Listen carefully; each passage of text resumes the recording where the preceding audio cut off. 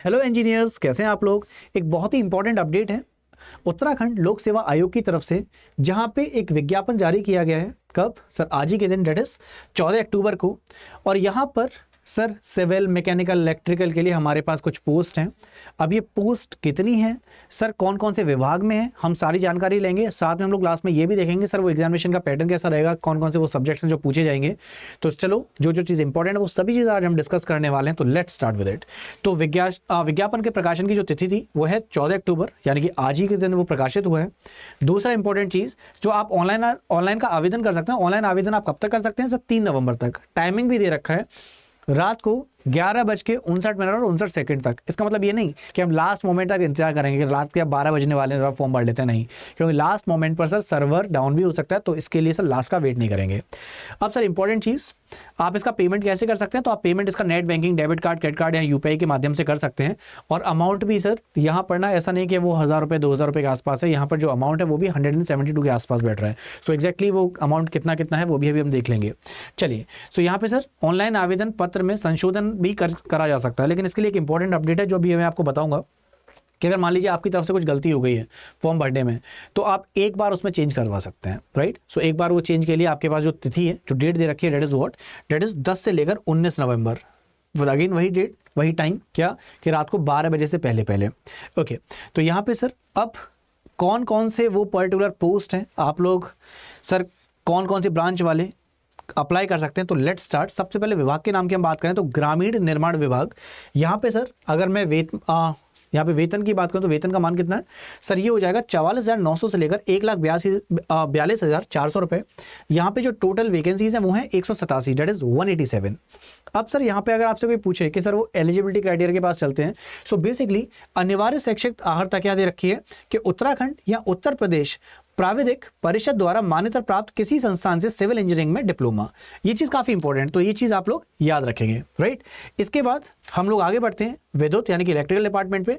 वहाँ पे जो वेतमान है वो है सर 44,900 से लेकर 1,42,400 रुपये। और यहाँ पे जो नंबर ऑफ पोस्ट है डेट इज 9। अगेन वही सेम चीज, उत्तराखंड या उत्तर प्रदेश प्राविधिक परिषद द्वारा मान्यता प्राप्त किसी भी संस्थान से विद्युत इंजीनियरिंग में डिप्लोमा, राइट। इसके बाद सर कनिष्ठ अभियंता की बात करें सर, यहाँ पे प्राविधिक, तो यहाँ पे आपकी 5 पोस्ट हैं। इसके बाद हम लोग आगे बढ़ते हैं, फिर आ जाते हैं सिंचाई विभाग पर। अब सिंचाई विभाग में सर कितनी पोस्ट? तो यहाँ पे सर अगर हम लोग बात करें सिविल की, तो अगेन कनिष्ठ अभियंता की पोस्ट, यहाँ पे सर जो वैकेंसी आई हैं, अब यहाँ पे वेतमान क्या रहेगा सर? वही सेम 44,900 से लेकर 1,42,400 और वैकेंसीज हैं 75। फिर यांत्रिक की बात करें तो यहाँ पर सर 63। उसके बाद आगे बढ़ते हैं लघु सिंचाई विभाग। लघु सिंचाई विभाग में पेज के लिए सेम, लेकिन यहाँ पे नंबर ऑफ पोस्ट जो है सिविल के लिए वो कितनी दे रखी हैं? तो यहाँ पे आपकी जो सिविल के लिए जो पोस्ट दे रखी है ये है 22। और यांत्रिक की अगर हम बात करें, यानी कि अगर हम लोग यहाँ पे मैकेनिकल डिपार्टमेंट की बात करते हैं, तो यांत्रिक के लिए सर यहाँ पर कितनी है? 18। ओके, अगला फिर कृषि के लिए सर टोटल है 6। इसके बाद पंचायती राज विभाग में सिविल के लिए जो पोस्ट हैं सर वो है 41। पेयजल एवं स्वच्छता विभाग जल संसाधन में सर यहाँ पर सिविल के लिए जो पोस्ट हैं वो है 79। आगे बढ़ते हैं, इसके बाद पेयजल एवं स्वच्छता विभाग पेयजल निगम, यहाँ पे सर सिविल के लिए जो पोस्ट है वो है 50। और यहाँ पे विद्युत और यांत्रिक की बात करें तो यहाँ पर मेंशन कर रखा है उन्होंने 12 पोस्ट। इसके बाद सिविल के लिए 210। यहाँ पे फिर आ जाता है लोक निर्माण विभाग, है ना। सो यहाँ पे कनिष्ठ अभियंता प्राविधिक 16 पोस्ट, कनिष्ठ अभियंता यांत्रिक, यहाँ पे आपके मैकेनिकल डिपार्टमेंट की बात हो रही है सर, यहाँ पे 2। उसके बाद इलेक्ट्रिकल यानी विद्युत कितना? 24। फिर ऊर्जा विभाग पे आ जाते हैं, तो यहाँ पे सर विद्युत अवर अभियंता पे स्केल वही सेम है 44,900 से लेकर 1,42,400 रुपये। इसमें सर आपकी 9 पोस्ट हैं। उसके बाद आवास विभाग पर आ जाते हैं, तो यहाँ पे सर सिविल डिपार्टमेंट से पोस्ट है 135। कृषि एवं कृषक कल्याण विभाग, तो यहाँ पे सर आपके पास है 37। इसके बाद आगे बढ़ते हैं शहरी विकास विभाग, तो यहाँ पे जो है वो क्या हो गया सर? आपके जो पोस्ट डेट इज अवर अभियंता, इसमें आपके सिविल के लिए यहाँ पे आपका जो वेतमान, अगर मैं ग्रेड की बात करूँ, डेट इज 9300 से 34,800 ग्रेड वेतन 4600। सो बेसिकली यहाँ पे 32 पोस्ट हैं। उत्तराखंड अक्षय ऊर्जा विकास अभिकरण, तो यहाँ पे सर कनिष्ठ अभियंता की जो पोस्ट है उसके लिए जो पे स्केल दे रखा है अगेन डेट इज सेम 44,900 से लेकर 1,42,400। यहाँ पे टोटल नंबर ऑफ पोस्ट हैं 10। Then power transmission corporation of Uttarakhand limited, तो यहाँ पे सर अवर अभियंता, तो यहाँ पे अगर हम लोग जब बात करें तो यहाँ पे कितना सर 5 पोस्ट दे रखी हैं। इसके बाद उत्तराखंड जल विद्युत निगम लिमिटेड, तो यहाँ पे अगेन 15 पोस्ट। इसके बाद अवर अभियंता यहाँ पर अगर बात करें प्रशिक्षु विद्युत एवं यांत्रिक, तो 10 post.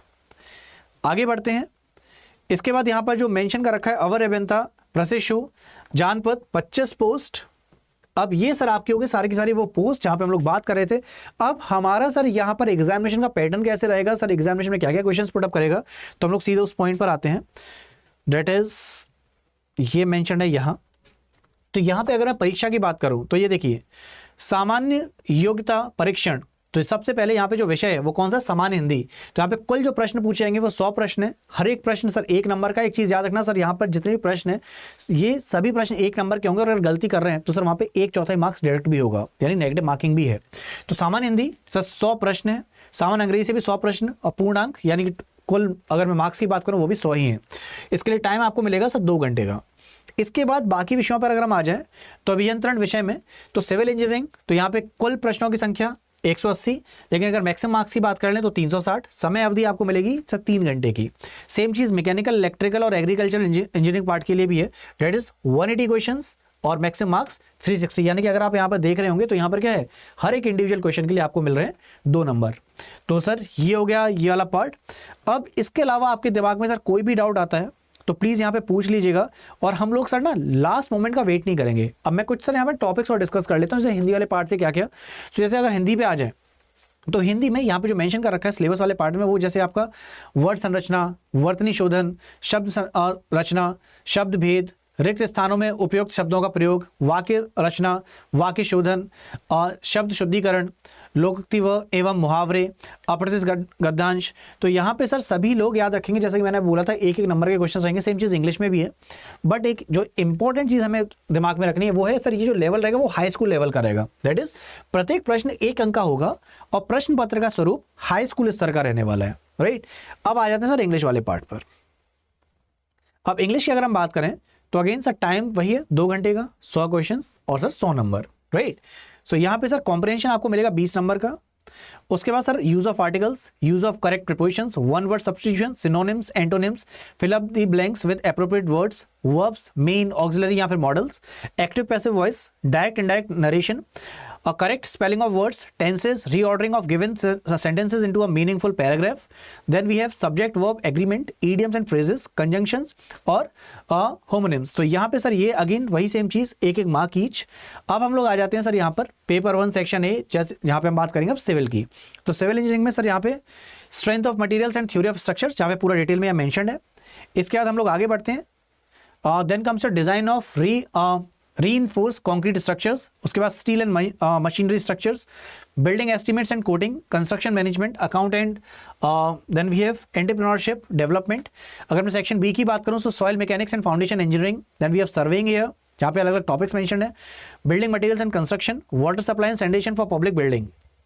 Then let's talk about paper 2 for this water resource engineering, that is civil engineering diploma course. So यहाँ पे सर आपका ये इंट्रोडक्शन वाला पार्ट ये पूरा पूरा मेंशन है, so you can have a look at here. इसका मैं आपके पास ना लिंक भी अपलोड करवा दूँ, इससे आप इसे देख सकते हैं। इसका मैकेनिकल इंजीनियरिंग पे आ जाते हैं जरा। पेपर 1 दैट इज सेक्शन है अप्लाइड मैकेनिक्स। सो इसमें आपके पास जो टॉपिक्स हैं that is forces, frictions, machines, then we have beams and trusses, thin cylinder and spherical shells, theory of machines and automobile technology, that is slider crank mechanism, and then we can talk about clutches, cams, governor. So here we have dynamotors. इसके बाद mechanics of solids, that is mechanical properties of materials, then bending moments diagrams, then we have torsion, columns and stress. इसके बाद mechanical science वाले part पे आते हैं section B. Here we will have materials, then we have heat treatment, structure of materials, then elements, then we have non-ferrous materials, non-metallic materials, then we'll talk about design and estimating. So we have general design considerations for machine parts, bending moment, direct and shear loads, twisting moment, then we can talk about the rolling elements, bearing that equivalent load, dynamic capacity, life of bearings and so on.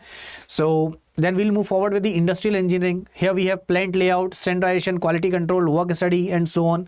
इसके बाद हम लोग आगे बढ़ते हैं and let's go with the next part, that is our mechanical engineering diploma level, that is paper 2। Here section A which includes thermal engineering. इसके बाद sir refrigeration and air conditioning. उसके बाद हाइड्रोलिक्स एंड हाइड्रोलिक मशीन्स।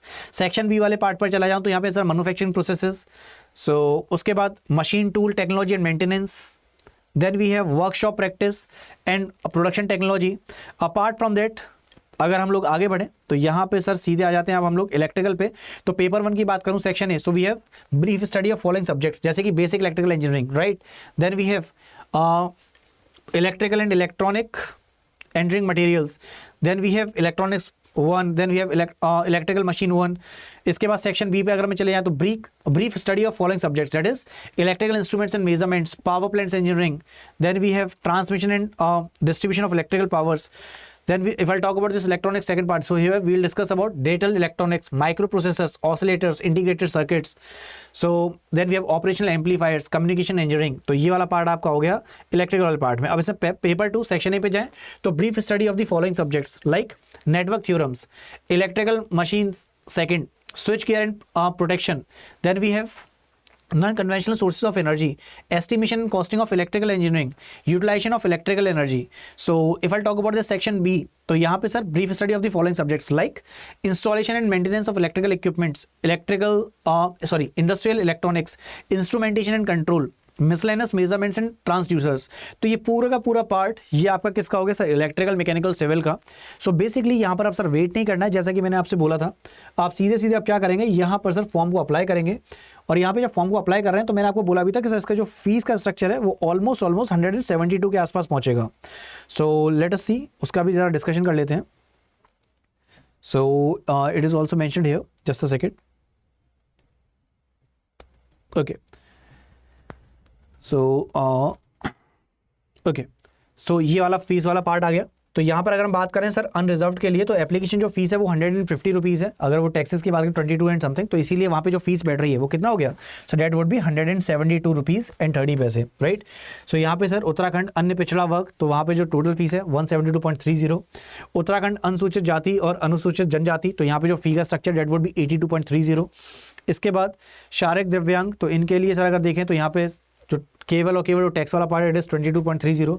और उत्तराखंड राज्य में संचालित स्वैच्छिक राजकीय गृहों में निवासरत अनाथ बच्चे, सर इनके लिए सच कोई भी शुल्क नहीं लगेगा। तो ये आपका हो गया फी वाला स्ट्रक्चर। और मैं फिर से रिपीट कर देता हूँ, आप कब तक ये फॉर्म अप्लाई कर सकते हैं, तो सर ये फॉर्म आप भर सकते हैं 3 नवंबर रात को 12 बजे से पहले पहले, यानी कि सर 4 नवंबर की स्टार्टिंग से पहले पहले।